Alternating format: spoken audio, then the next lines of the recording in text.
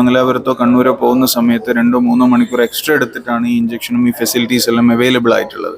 അപ്പോൾ കഴിഞ്ഞ 2 വർഷമായി കാസർഗോഡ് സ്ട്രോക്ക് യൂണിറ്റിൽ, കാരവൽ സ്ട്രോക്ക് യൂണിറ്റിൽ ആ ഒരു ഇഞ്ചക്ഷൻ ആവശ്യമായിട്ടുള്ള പേഷ്യൻസിന് മംഗലാപുരത്തേക്കോ അല്ലെങ്കിൽ കാസർഗോഡോ പോകാതെ തന്നെ ഇവിടുന്ന് ഇഞ്ചക്ഷൻ എടുക്കാൻ പറ്റുന്നുണ്ട്.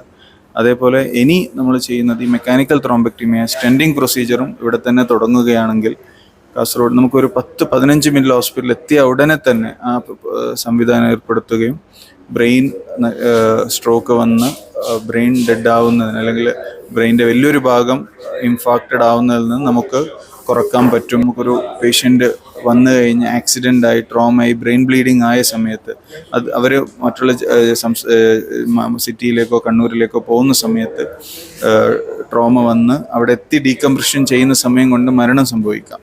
അപ്പോൾ അത് പ്രിവെൻറ്റ് ചെയ്യാനും ന്യൂറോ സർജറി ട്രോമ ന്യൂറോ സയൻസിൻ്റെ കീഴിൽ നടക്കുകയും അതേപോലെ തന്നെ എല്ലാ തരം ബ്രെയിൻ ട്യൂമർ സർജറിയും ഇവിടെ ചെറിയ ചെലവിൽ ചെയ്യാനുള്ള സൗകര്യങ്ങളാണ് ഇവിടെ കാരവൽ ഹോസ്പിറ്റലും ന്യൂറോ സയൻസ് ഡിപ്പാർട്ട്മെൻറ്റും ശ്രമിച്ചുകൊണ്ടിരിക്കുന്നത്.